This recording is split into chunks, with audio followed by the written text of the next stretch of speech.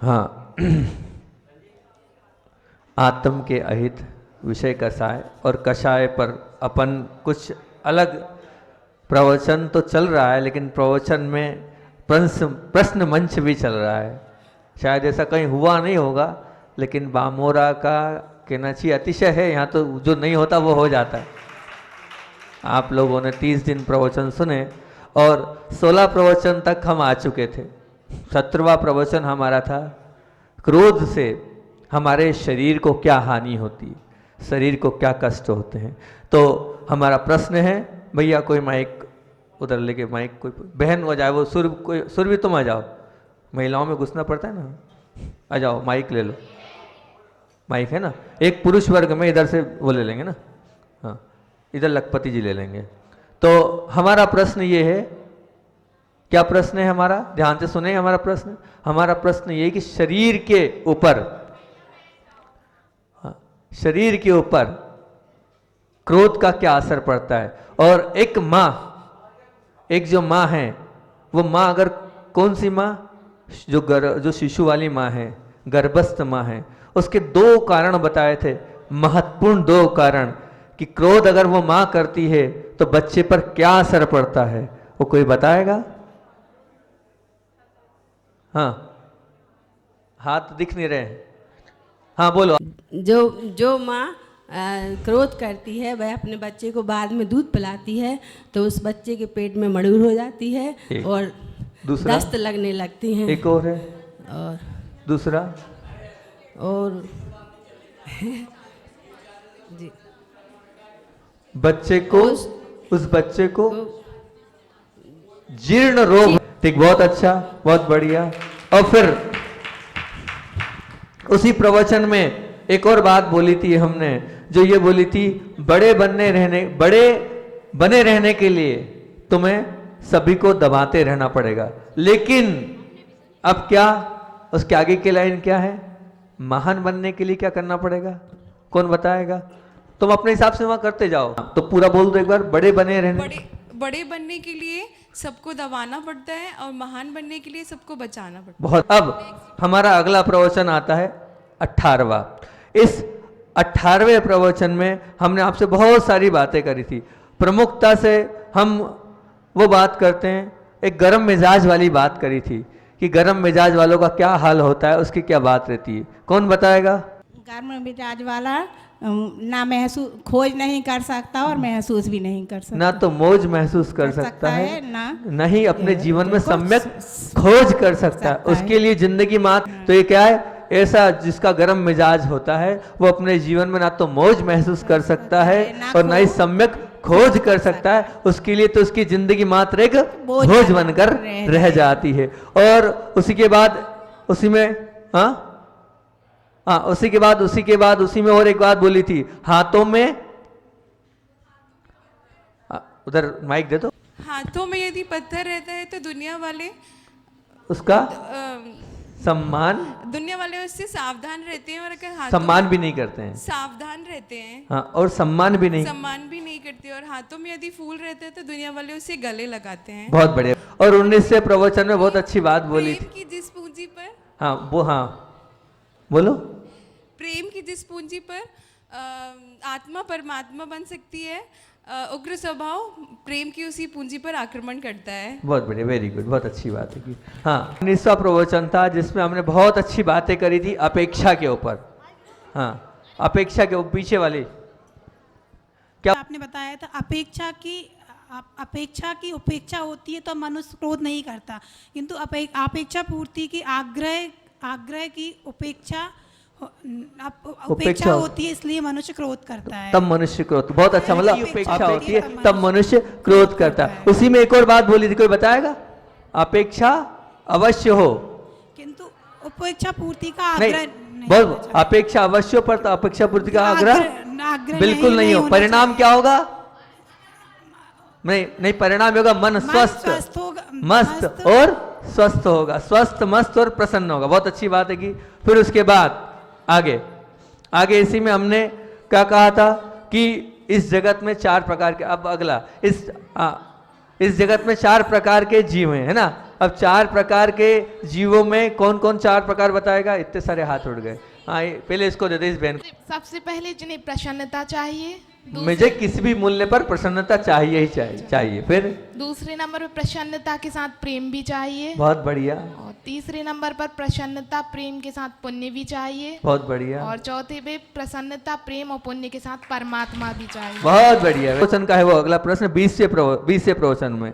क्या आज यदि हम पागल खाने में नहीं है? हाँ, ये बहन बताओ। चेक खाने में नहीं है तो इसलिए है क्योंकि हमारे द्वारा जो प्रेम है वो स्वीकार किया जा रहा है और हम प्रेम भी ले रहे हैं, इसलिए हम डिप्रेशन में भी नहीं है। बहुत बढ़िया। मतलब क्या आज यदि हम पागल खाने में नहीं है तो उसका अन्य कोई कारण बहुत सारे हो सकते हैं, लेकिन प्रमुख कारण है कि दूसरे से प्रेम मिल रहा है और हमारे द्वारा दिया गया प्रेम किसी के द्वारा स्वीकार किया जा रहा है। बहुत अच्छी बात है। कि अब 21वां अगला प्रवचन करते हैं। हमने आपके लिए बात रखी थी 2 बातें, है ना। वो बोली थी कि मृत्यु के पश्चात अगले जन्म में साक्षात परमात्मा का सानिध्य का सद्गाम भाग्य चाहिए, तो उसके लिए क्या करना चाहिए? क्या चाहिए हमारे अंदर? याद है किसी को? मृत्यु के पश्चात अगर हमें अगले जीवन में साक्षात परमात्मा के सानिध्य का सद्भाग्य यदि हम प्राप्त करना चाहते हैं तो हमें क्या अपने जीवन में रखना पड़ेगा? उसके लिए अपने जीवन में आरक्षित क्या करना पड़ेगा? तो उसके लिए एक ही बात बोली थी। क्या बोली थी? अगर चाहते हो तो पास में पर्याप्त मात्रा में सद्गुण चाहिए। क्या चाहिए? सद्गुण चाहिए। फिर उसके बाद उसी में हमने आपसे बात बोली थी। हाँ, कौन बताएगा उसको? कोई बता रहा है? हाँ बोलो। क्रोध प्रभावक अवश्य है किंतु विनाशक भी है और अभावक भी है। ये तो ठीक है। उसके अलावा ये तो बहुत अच्छा बताया आपने। एक और उसके बाद पुण्य की पूंजी नहीं। हाँ, शहक बताओ। हाँ चलो।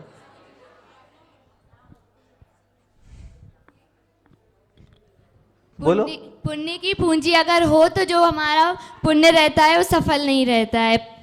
पुण्य की पूंजी ना हो तो क्रोध के आचरण में सफलता कभी नहीं मिलती। नहीं होती है। बहुत अच्छा, इतना ही रखेंगे। वो सबको रटवा दी थी। वो तो कौन बताएगा कि क्या क्रोध करना है पर 7 स्थानों पर क्रोध नहीं करना है? वो 7 स्थान कौन बताएगा? हाँ भैया बताओ।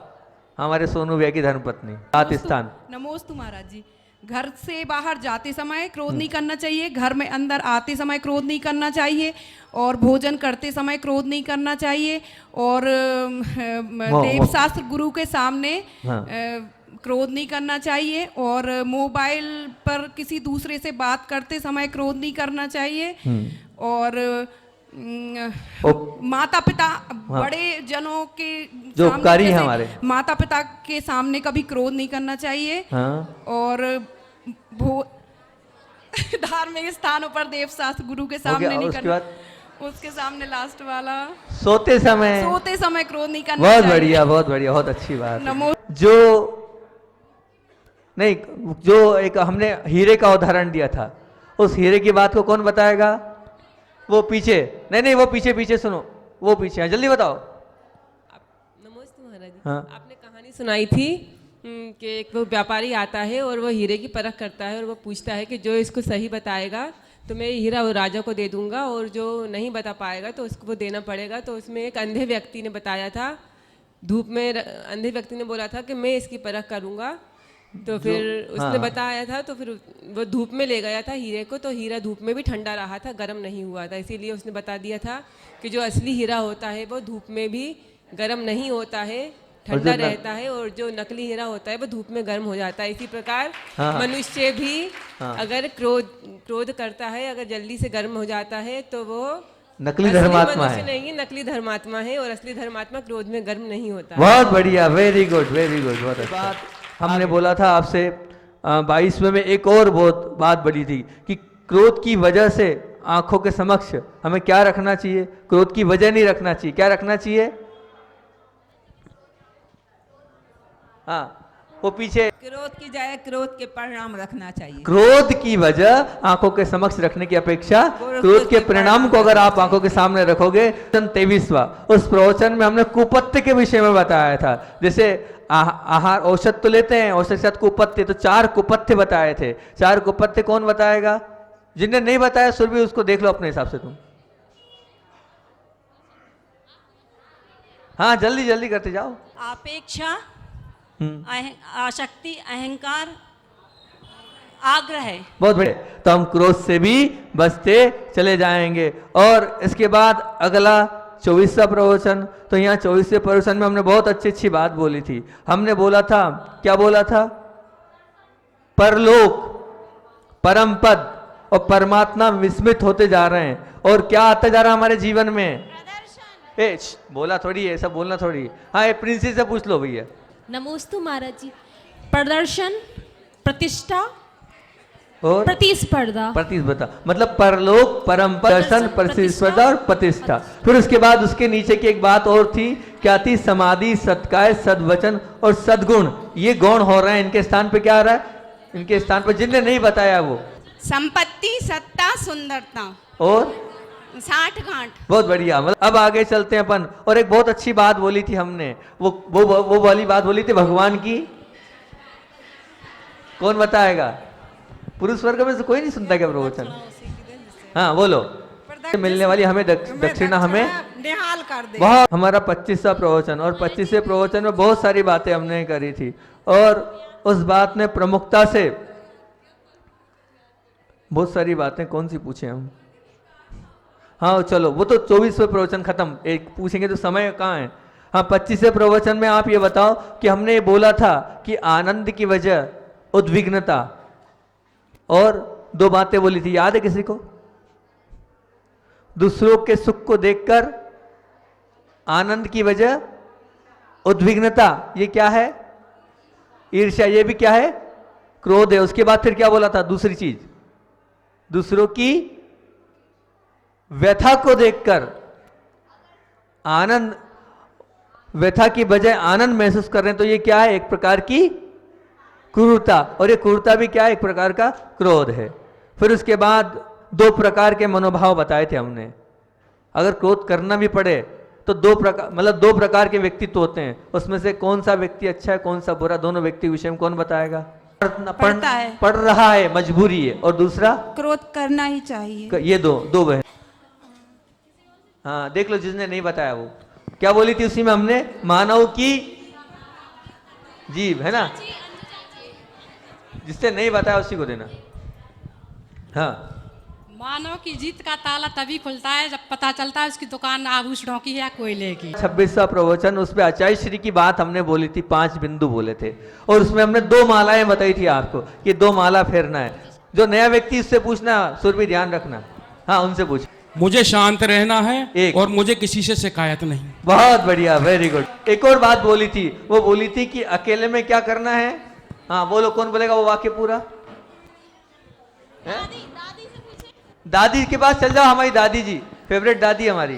दादी पूछ रही है प्रश्न क्या है? अरे हमने कहा था ना स्तुति वाला, प्रस्तुति करने के। हाँ स्तुति करने के पहले हाँ प्रस्तुति कर लेना चाहिए। प्रस्तुति करने के पहले अकेले में स्तुति कर लेना चाहिए। फिर आगे उंगली वाली बात बोली थी हमने, उंगली पर गिने जा सके, उंगली पर गिने जा सके। हाँ कौन बताएगा? देख लो जो जिसने नहीं बताया हो। महाराज जी हम बता दें? नहीं वो बता रहे हैं ना। मतलब जो संगति में रहती हैं तो उनके मित्रों की अपेक्षा उनके जो मतलब वो रहते हैं उनकी संख्या ज़्यादा रहती है, मतलब अपने साथ में। नहीं इस पर हाँ बोलो, तुम बताओ क्या बताना। क्रोध करने वालों की संख्या तो उंगली पर नहीं, तुम्हारे पर रोने वालों की संख्या तो उंगली पर गिनी जा सके, लेकिन तुम्हारी वजह से रोने वाले की संख्या अनगिनत होती। बहुत। अगला क्या कौन सा प्रवचन है? ये प्रवचन नंबर 27वां है ना।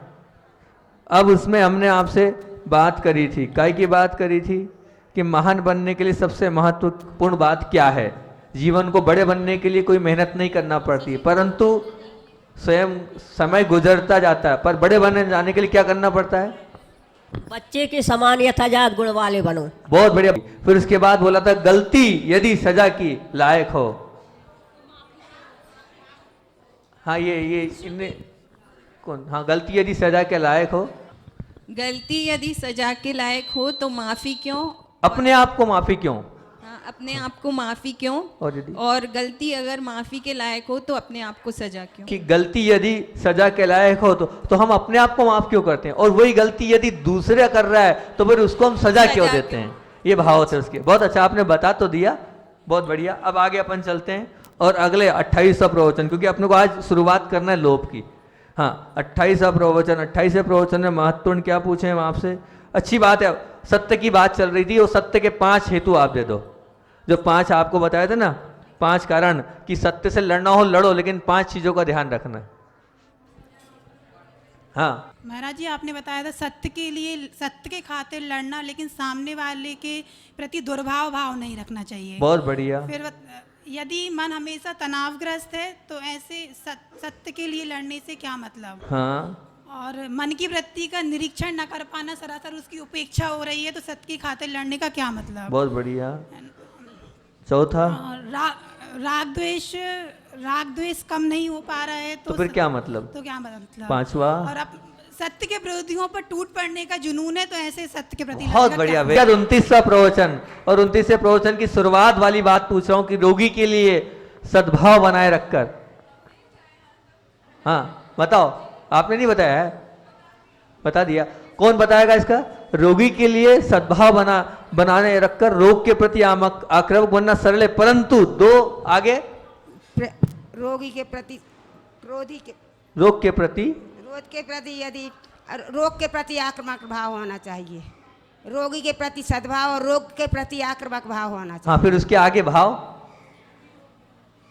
परंतु क्रोधी दोष के प्रति आक्रामक और दोषी के प्रति सद्भाव होना चाहिए। बहुत बढ़िया, वेरी गुड। मतलब यहाँ पर अपराध से घृणा करो पर अपराधी से नहीं। फिर उसके बाद 3 बातें बोली थी कि अपने को मान लो अगर करना भी पड़े किसी पे क्रोध, तो 3 बातों का ध्यान रखो। बहुत सरल प्रश्न है तो। 3 बातों का ध्यान रखो। काय करना पड़ रहा है क्रोध करो, मगर 3 बातों का ध्यान रखो। वही तो है प्रश्न। हाँ, तो इनने नहीं बताया शायद, इनने इनके उनसे पूछो, उनने नहीं। अधिकार होना चाहिए उस व्यक्ति के प्रति। नहीं, हमें अपने अधिकार का ख्याल होना चाहिए। अधिकार का ख्याल होना चाहिए, और है ना पुण्य होना चाहिए। हमारे स्वयं का पुण्य का ख्याल होना चाहिए, और पात्रता होना चाहिए उसकी। और ठीक। हाँ। पहला पॉलिसी और दूसरा प्रिंसिपल। बहुत बढ़िया, वो तो है, लेकिन क्या पूरा पॉलिसी के मामले में बहते जल के समान, और प्रिंसिपल के मामले में चट्टान के समान बनना है। और उसके लिए एक आगे और बात बोली थी, क्या तुम अपने जीवन में प्रिंसिपल क्या रखो? राग देश से सिर्फ आत्मीय संबंध बनाने के आपको संबंध रखना है, इतनी बात। अब 5, 7, 8 है अपने पास, 7, 8, 9 मिनट है भी, तो अपन आज से अब अपन चलते हैं। अपना विषय यहाँ पर क्रोध पर पूरा हुआ। कुछ समझ में आया नहीं समझ आया तो मैं नहीं जानता, कुछ आपने ग्रहण किया नहीं किया ये तो मैं नहीं जानता, लेकिन मुझे तो अच्छा लगा, मैंने तो बहुत विषय दिया। अब आज चलते हैं। हाँ भैया, हाँ, तो अब आज चलते अपन आगे की बात पर। बहुत दिनों से क्रोध पर हो गया, और आत्म के अहित विषय कसाय पर ही अपनी चर्चा चल रही है। इस एक लाइन में लगता है मुझे पूरा चातुर्मास हो जाएगा, हो ही जा रहा है, चतुर्मास तो होते जा रहा है। आत्म के अहित विषय कषाय में क्रोध की बात अपन ने कर ली, और मेरे ख्याल से अभिमान की बात भी उस क्रोध में बहुत कुछ आ चुकी है। 2 बातें नहीं है ये, एक तो मायाचारी की और एक लोभ की। तो मैंने सोचा क्यों ना अपन अभी पहले लोभ को उठा लें, क्योंकि अभी बार बार लोगों का कहना भी है कि कुछ बोलो महाराज जी, दान पर बोलो। ठीक है, तो हमने ये पाया लोभ क्या वस्तु है। लोभ को कहा है, अगर आपने 10 लक्षण की पूजा में पढ़ा है, लोभ पाप को बाप बखानो। मतलब क्या हुआ? लोभ सबका पालन करता है, समस्त पापों का, जितने भी पाप है उनका क्या है? वो पितामह है। पितामह मतलब सब जितने भी पाप हैं इस लोभ के सुपुत्र हैं, क्योंकि लोभ पाप को बाप बखानो। बाप किसको बोलते हैं? जिसकी संतानें होती है। मतलब पाप का बाप कौन? लोभ। और लोभ की समस्त संतानें जितने भी पाप हैं, जो पांचों पाप है, उस पापों का लोभ ही सब कुछ करने वाला। अब इस लोभ को कैसे कम करें? आखिर जब आपने कह दिया सबका बाप लोभ है, अब इस लोभ को समाप्त करना है हमारे जीवन से। क्रोध को तो हमने शने शने कम किया, तो अब लोभ को समाप्त करने के लिए जीवन में हमें सबसे पहले दान का स्वरूप समझना पड़ेगा कि दान क्या है, दान की कितनी महत्वता है, उसके क्या परिणाम है, और दान की पूजा हमें क्यों करना चाहिए। आखिर जीवन में दान का क्या महत्व है, हम इस दान के ऊपर अब प्रतिदिन बात करेंगे, प्रतिदिन चर्चा करेंगे, हर प्रकार से चर्चा करेंगे। मात्र रुपए के दान की चर्चा नहीं आएगी, हर प्रकार की आएगी, औषध की भी आएगी, दया की दान, करुणा के दान, प्रत्येक पहलुओं को लेकर अपन चलते चलेंगे। जहां आपको लगता है मैं इसको कर सकता हूं, वो दान आप कर लेना। तो दान में आज प्रारंभ करते हैं। एक बात सदैव याद रखना, एक बात सदैव याद रखना, सत्कार्यों का संपूर्ण जगत व्यापार का जगत नहीं है। सत्कार्यों का संपूर्ण जगत व्यापार का जगत नहीं है, बल्कि जुए का जगत है। क्या बोला? बहुत महत्वपूर्ण बात बोल रहा हूँ, बहुत गहरी बात बोल रहा हूँ, समझने का, सुनने का प्रयास करना। एक बात सदैव याद रखना, और एक बात और बोल देता हूँ, हो सकता है आपका पुण्य हो और हम और रुखें। आप लोग अभी से कापी मेंटेन करना चालू करो, ठीक है ना? अभी से कापी मेंटेन करना चालू करो, और अगर मान लो कोई एग्जाम में कोई तैयार हो जाएगा तो हम कोई ना कोई गिफ्ट भी दे सकता है समाज वालों को। हमारे पास तो कुछ है नहीं, हम तो आशीर्वाद देंगे। बाकी कोई अगर तैयार हो जाए समाज में कि हाँ महाराज जी हम गिफ्ट देंगे, तो बहुत अच्छी बात है, तो हम गिफ्ट भी दे सकते हैं। और आशीर्वाद तो है ही आप पर, है ना? जिनने मेहनत करी, जिनने सब कुछ अभी इतना सब कुछ बताया, उनके लिए आशीर्वाद तो ही। तो आप चाहें तो आप कापी पेन रोज लाएं। कापी पेन में हम जो बात महत्वपूर्ण बोलते हैं, ज्यादा प्रवचन तो हम पूछेंगे नहीं आपसे, सिर्फ वो जो महत्वपूर्ण बिंदु है वही पूछेंगे। जहां हम कहते हैं जोर देते हैं, उन्हीं बिंदुओं को पूछेंगे। आप उनको ही याद कर लोगे तो बहुत अच्छी बात है। तो यहाँ क्या बोल रहा हूं मैं, एक बात सदैव याद रखना, सत्कार्यों का संपूर्ण जगत व्यापार का जगत नहीं है, बल्कि जुए का जगत है। काय का जगत है? इस जगत में जो भी गिन गिन कर देता है, क्या क्या करके, 100 रुपये, बस 200 देना है, बस 500 देना, जो व्यक्ति गिन गिन कर देता है उसको बदले में भी गिन गिन कर मिलता है, उसको बदले में भी गिन गिन कर मिलता है। जबकि जो सब कुछ निछावर करता है, करने के लिए तैयार होता है, उसे सर्वस्व मिलता है। उसे क्या मिलता है? सर्वस्व। किसे मिलता है? जो सब कुछ निछावर करने के लिए तैयार हो जाता है। बड़े बाबा के लिए ये तो पूरा शरीर, क्या इसमें शरीर में कतरा कतरा समर्पित है। जो ऐसे भाव रखता है ना, उसके लिए सर्वस्व मिलता है। ऐसे बहुत सारे लोग बड़े बाबा के लिए समर्पित होने के लिए सब कुछ चला जाए मेरा, लेकिन बड़े बाबा का अतिशयकारी वह जिनालय बन जाए। तो निछावर करने के लिए तैयार रहता है, वो सर्वस्व मिलता है। मैं आपसे पूछता हूं, किसान धरती में जो बीज बोता है वो व्यापारी की बुद्धि से कि जुआरी की बुद्धि से? व्यापारी की बुद्धि से। सोच समझ के जवाब देना। एक मित्र दूसरे मित्र से स्नेह करता है व्यापारी की बुद्धि से कि जुआरी की बुद्धि से? एक पति अपने पत्नी के साथ प्रेम रखता है जुआरी की बुद्धि से कि व्यापारी की बुद्धि से? एक भक्त अपने भगवान से वो हृदय से प्रेम करता है व्यापारी की बुद्धि से कि जुआरी की बुद्धि से? हैं भैया, जुआरी की बुद्धि से ही एक किसान धरती में उसको मालूम नहीं है कितना निकलेगा। वो जुआ है, जुआ। उसने बोया तो है, पता नहीं पानी आएगा कि नहीं आएगा, वो जुआ खेलता है। वो अपनी पत्नी के साथ स्नेह तो करता है, लेकिन उस स्नेह में उसको ये अपेक्षा नहीं कि इतना मिले, वो भी एक प्रकार का जुआ है। वो भक्त भगवान के हृदय से प्रभु को याद करता है, उसमें भी वो क्या है? एक प्रकार का जुआ ही खेलता है। तो ये सब जुआ क्या है? इसलिए क्या कहा है यहाँ पर कि सत्कार्यों में संपूर्ण कार्य व्यापार की दृष्टि से मत करना, काय की दृष्टि से करना, बल्कि जुए की दृष्टि से करना। जुआ जैसे खेलते हैं, उसमें क्या पता कितना मिल जाए, कोई भरोसा नहीं। ऐसे ही जुए की दृष्टि से आपको खेलना है। अपने हृदय पर की दीवार पर इस बात को आप उत्कीर्ण कर लेना। क्या बात? कि संपूर्ण कार्य, मतलब जो जितने अच्छे अच्छे कार्य हैं, सत्कार्य वाले कार्य, विवेक पूर्वक दिल खोलकर जो करता है, बदले में उसे दिल खोलकर मिलता है। बदले में उसे क्या? दिल खोलकर मिलता है। यदि जुआरी बुद्धि से के स्वामी बनना चाहते हो ना आप, हाँ भैया, जो जुआ खेलता है लगाते जाता है, उसको कोई परवाह नहीं, बेपरवाह होकर लगाता है। तो जुआरी बुद्धि से जो दिल खोल कर देता है वो कौन दे पाएगा? अंतःकरण, मतलब हृदय से देता है। और जिसके पास व्यापारी बुद्धि होती है ना, वो मन से काम करता है, और जो मन से काम करता है वो जीवन में कभी आगे बढ़ ही नहीं सकता है। अगर तुम्हें चाहिए कि बदले में मुझे अतुल प्राप्ति खूब चाहिए तो नाप तोल से मत देना। जो नाप तोल से देता है वो जीवन में कभी आगे नहीं बढ़ता। इस पे एक बहुत मार्मिक कहानी है, उस कहानी को रखना तो है, लेकिन 2 मिनट अपने एक्स्ट्रा हो गए, इसलिए कल इस पर मैं बहुत अच्छी सच्चा दानी कौन उस पर कहानी बताऊंगा। जिसके जीवन में सर्वस्व जिसने दिया उसको सर्वस्व मिला, उसकी कहानी अपन कल करेंगे, ठीक है ना।